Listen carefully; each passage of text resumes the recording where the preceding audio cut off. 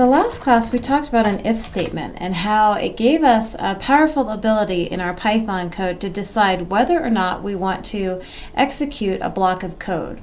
So in this example, I've set x is equal to 4, and I'm going to decide whether or not I should go inside of this if block. So if x is greater than 4, which it is in this case, then I definitely want to go inside of the if block and set the new x to the old x minus 1. So the new x value is going to be 3, and then I'll print 3.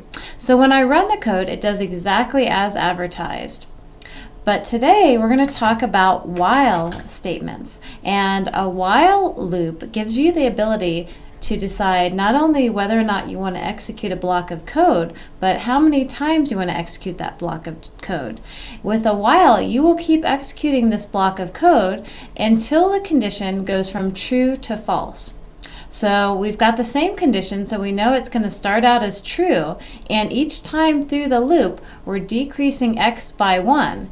So when we run this program, x will go from 4 to 3 to 2 to 1 to 0, and at the point where it's equal to 0, this condition is no longer true. When it's false, we will exit out of the while loop and we'll be done.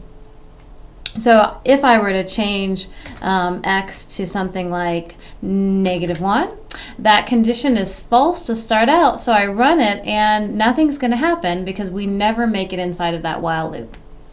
What if I do something like increase x by 1 each time we're in the loop?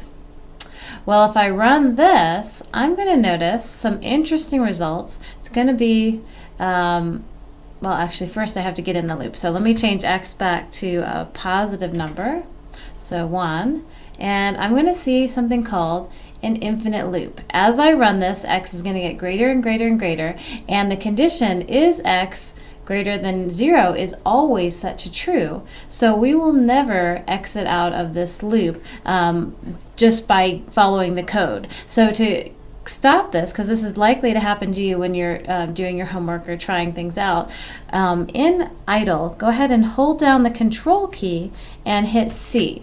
And then you will stop that infinite loop from running, and you'll get back your command prompt along with an error message saying that you've exited that loop.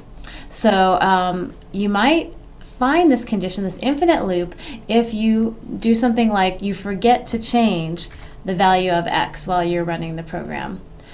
So inside the while loop, if a condition is always true, you'll be stuck in that infinite loop and you'll need to do Control C to kill it. So to make sure that doesn't happen, make sure that while you're inside of your while loop, you're doing something to change this condition so it can go from true to false.